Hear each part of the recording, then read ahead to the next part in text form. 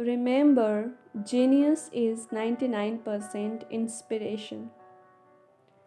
The celebrated inventor Thomas Edison is well known for his statement: genius is 1% inspiration and 99% perspiration. Well, I believe that hard work is essential to a life of real success and fulfillment. I think that being filled with a deep sense of inspiration and commitment to making a difference in the world is an even more important attribute. All of the great geniuses of the world were inspired and driven by their desire to enrich the lives of others.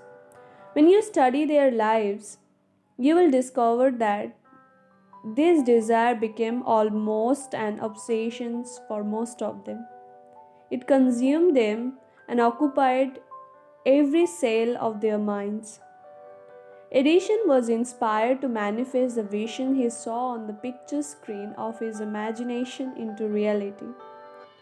Jonas Salk, who discovered the polio vaccine, was inspired to help others from suffering from these dreaded afflictions. And Marie Curie, the great Nobel Prize winning scientist, was inspired to serve humanity through her discovery of radium.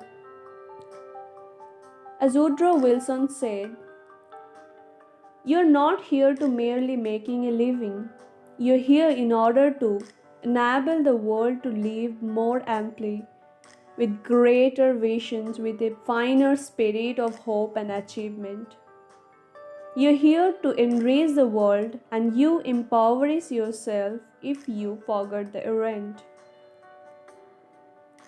How inspired are you in your own life?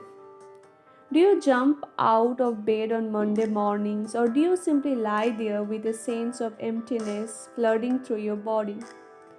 If your level of inspiration is lower than you know it should be, read a good self help book or listen to a motivating audio cassette program. Attend a public lecture by someone you admire or spend a few hours studying the biography of one of your heroes.